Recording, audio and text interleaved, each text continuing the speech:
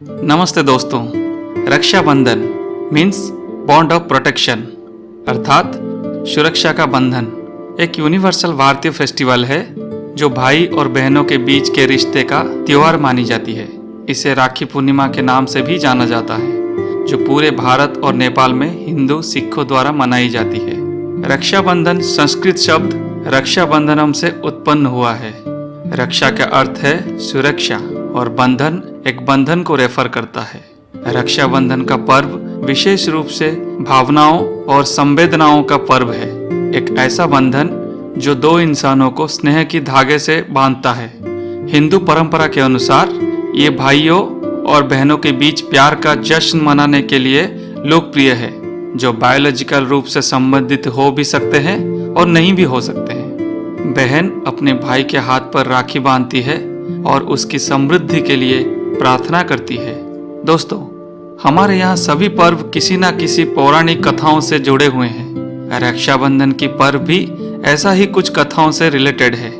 आइए जानते हैं कुछ पौराणिक कथाओं और इतिहास के बारे में, किसके लिए रक्षाबंधन मनाई जाती है। सबसे पहले बात करते हैं भगवान कृष्ण और द्रौपदी की कहानी के बारे में।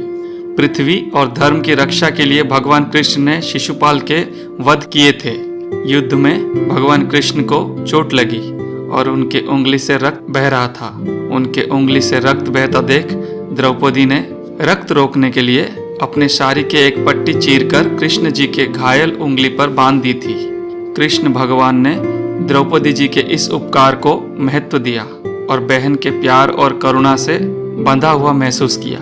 उन्होंने द्रौपदी का ऋण भविष्य में चुकाने की वचन दिए। कई वर्षों के बाद पांडव अपने पत्नी द्रौपदी को पाशे के खेल में कौरवों से हार गए। उन्होंने द्रौपदी को विवस्त्र करने का प्रयास किया था। ये वो समय था जब भगवान कृष्ण ने अपने दिव्य शक्तियों के माध्यम से द्रौपदी के गरिमा की रक्षा की थी।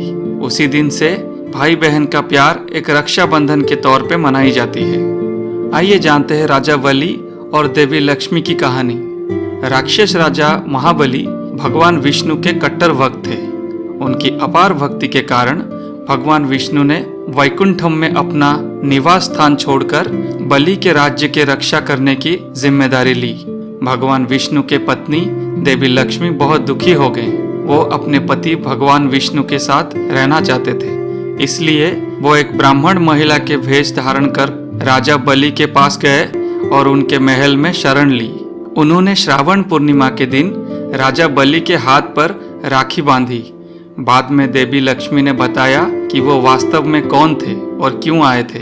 राजा उनसे और भगवान विष्णु के उनके और उनके परिवार के प्रति सद्भावना और स्नेह से प्रभावित हुए।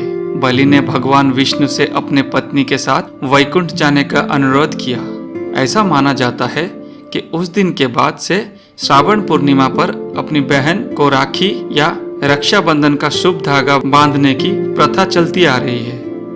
रानी कर्णावती और बादशाह हुमायूं की कहानी के बारे में जानते हैं। राजपूताना रानी कर्णावती और मुगल बादशाह हुमायूं की कहानी इतिहास की सबसे लोकप्रिय साक्ष्य है।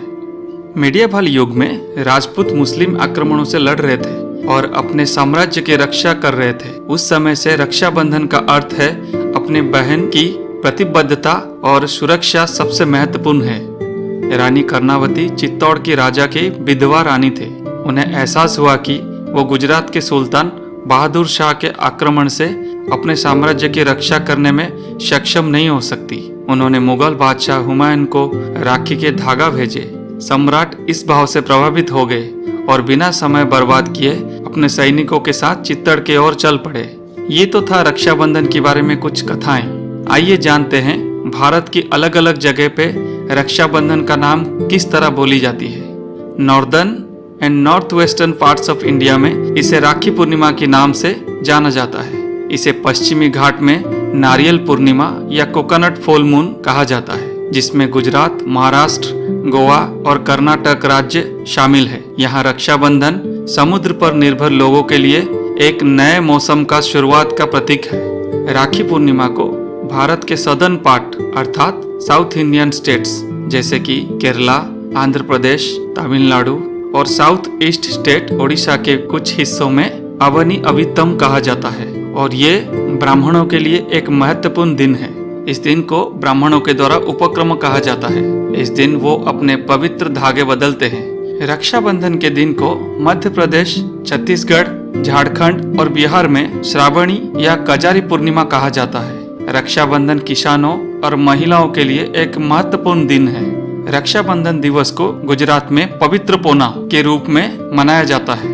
रक्षाबंधन वो दिन है जब लोग 3 आंखों वाले भगवान शिव की भव्य पूजा करते हैं। इस शुभ दिन पर अधिकांश लोग पास के मंदिरों में शिवलिंगों पर जल चढ़ाते हैं, भगवान शिव की पूजा करते हैं और उनके आशीर्वाद लेते हैं। दोस्तों, ये तो रक्षाबंधन की कुछ तथ्य थे जो आपके सामने मैंने रखा।